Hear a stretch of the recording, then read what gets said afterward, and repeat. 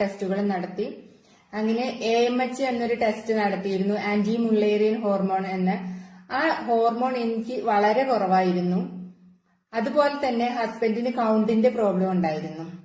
അങ്ങനെ ഇരിക്കുമ്പോഴാണ് അന്ന് അവിടുന്ന് ഡോക്ടർ ഞങ്ങളോട് എല്ലാ ഡീറ്റെയിൽസും സംസാരിച്ചു. കാരണം എന്താ വെച്ചാല് മെഡിസിൻ കഴിച്ചിട്ട് നിങ്ങളുടെ ജീവിതത്തിൽ നിങ്ങൾക്ക് ഇനി ഒരു കുട്ടി ഉണ്ടാകാൻ ചാൻസ് ഇല്ല,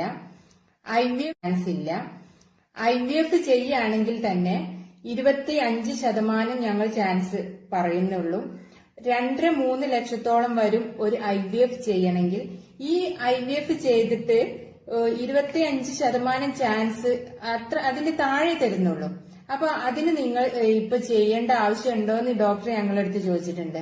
നിങ്ങൾക്ക് താല്പര്യം ഉണ്ടെങ്കിൽ ചെയ്യാം, അങ്ങനെയും പറഞ്ഞിട്ടുണ്ട്.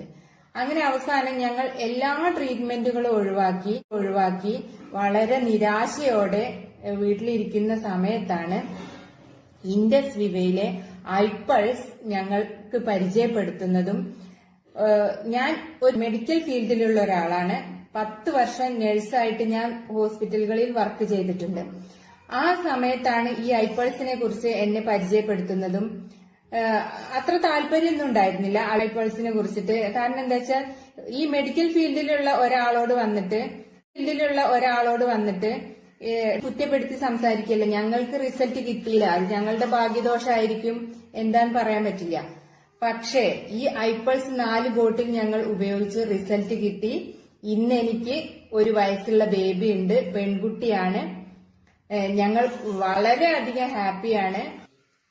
ഇൻഫെർട്ടിലിറ്റിയുടെ ട്രീറ്റ്മെന്റ് ചെയ്യുന്ന എല്ലാവർക്കും ഈ ഐപൾസ് നല്ലൊരു ഉപകാരപ്രദമായിട്ടുള്ള ഒരു പ്രൊഡക്റ്റ് ആണ്.